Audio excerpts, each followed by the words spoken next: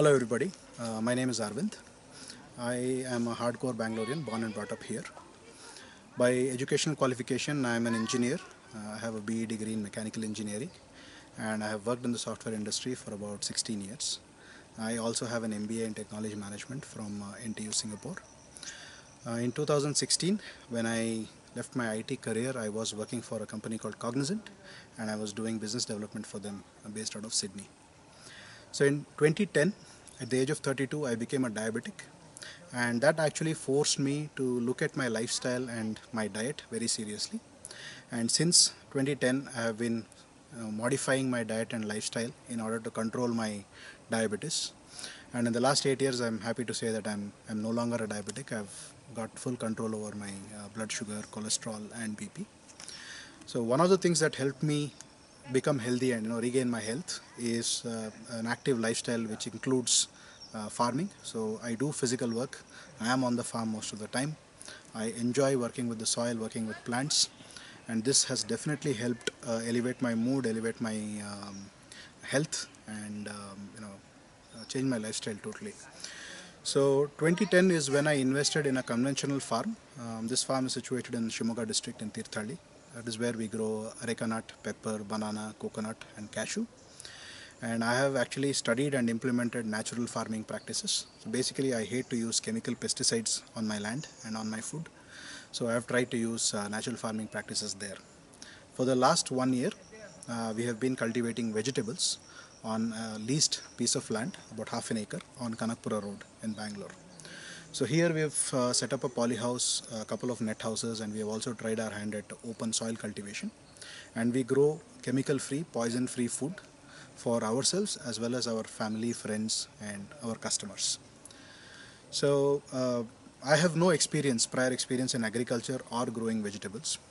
I started growing vegetables for myself on my terrace, and when I was successful in doing that, I started growing for my friends and family.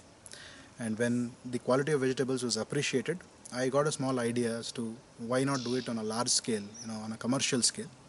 I discussed this with my colleague and partner who used to be my boss when I was working in IT. He was close to retirement, so he also joined me, and we set up a small private limited company, and we leased half acre of land here on Kanakpura Road, and we set out on this journey. So both of us have absolutely no agri background, so we knew that it was going to be a tough journey. We had to validate a few points on the growing side as well as the marketing side. So without any agricultural background, we were not sure whether we would be able to successfully grow vegetables on a commercial scale. And without any marketing knowledge on vegetables, we were not sure whether we would sell whatever we grow. Right? So both sides had to be validated. Luckily for us, we were two people. So I took the responsibility on the growing side, and my colleague Shankar took the responsibility on the marketing side. I think after 1 year, we can confidently say that our experiments have been a success. Without any background in agriculture, we have been successfully able to grow a decent amount of vegetables. In fact, we have grown close to 7 to 8 tons of vegetables in the last 8 months. And we have been able to sell pretty much what we grew. I don't think we have wasted any vegetables. And we have been able to sell it at a premium. We have established ourselves as a premium brand, and our customers, they're very particular about those vegetables that they buy from us. I can guarantee that they will not buy the same vegetables from another vendor. So that is the kind of support that we have from our customer base. This is our net house. This is actually called a net tunnel. The dimensions of this net tunnel is 30 feet by 100 feet. So overall 3000 square feet of growing area. The difference between polyhouse and net house is in the material of the covering used. So there is no plastic covering here.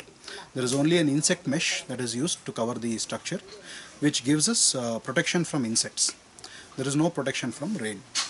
As you can see here in this net house, we have used a hydroponic method of cultivation. So we use coco peat grow bags, and we have grown cherry tomatoes here using water soluble nutrients. We have approximately 600 plants here, all cherry tomatoes, and we get a daily yield of about 6 to 7 kilos per day. So this is our quarter acre poly house. Now the meaning of a poly house is it has GI structures to support the structure, and it is covered on all sides with LDPE plastic sheets. The advantage of this is that the polyhouse is protected from outside environmental factors like heavy rains or heavy winds. So you can grow your crops in a protected environment.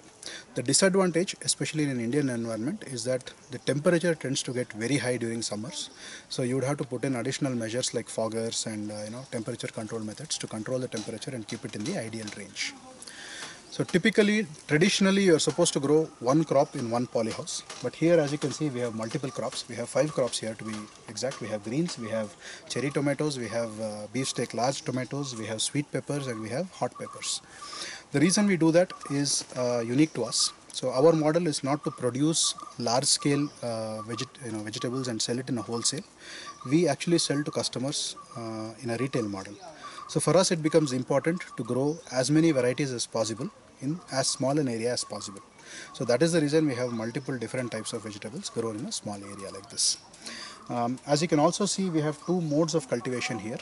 The greens are all grown hydroponically. In the sense, we have plastic bags which hold coco peat, which is nothing but coconut coir, and we grow our greens in that using water soluble nutrients. So we mix our nutrients along with water and give it along with irrigation. Our vegetables have moved to soil. In the past year, we have grown vegetables also hydroponically, but due to economic reasons and in order to make it 100% organic, we have moved the vegetables to soil. So over the next year, the idea is to move the greens also to soil. So this is our fertigation unit. This is the main controller where we control the amount of fertilizers as well as the pH of fertilizers that goes in. We usually store concentrated fertilizers in those tanks. They are called stock tanks, each of 200 liters. We have different types of fertilizers stored in each of those tanks. I will not go into the details of it. This is our mixing tank where the well water gets mixed with our fertilizers to get the right concentration of the nutrients. And as you can see, those are the control valves or the field valves which are electronically operated by this unit. They are automatically closed or open depending on where I have to send the water. So we first program our fertigation schedule on this unit. We have a small touchscreen unit that allows us to program it. So on this unit, we actually program which valve has to get water.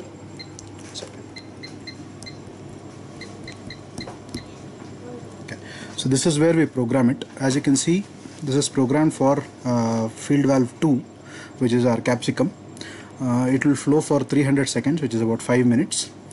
And this is our EC unit. So we can say the first stock tank. This is where it will take the fertilizer from. We can set the pH to about anywhere from 5.5 to 6.2. That is the ideal growth range. And EC is basically the concentration of fertilizers. We can set it to a value here. So this will tell the unit where to send the fertigation and for how long to send the fertigation. So based on that, the controller decides how and where to send it. So on the marketing side, we did not go to a wholesaler or a middleman. We wanted to sell our produce directly to end consumers. So that would serve 2 purposes. One, we could ensure that the freshest of the produce reaches the consumer directly without spending any time in a refrigerator or without the quality getting compromised. Second, it gives us an opportunity to meet our customers directly, explain to them our growing methods, educate them on how we grow our food and why it comes at a premium or why it tastes as good as it does. I think that was a good strategy overall and it has worked very well for us.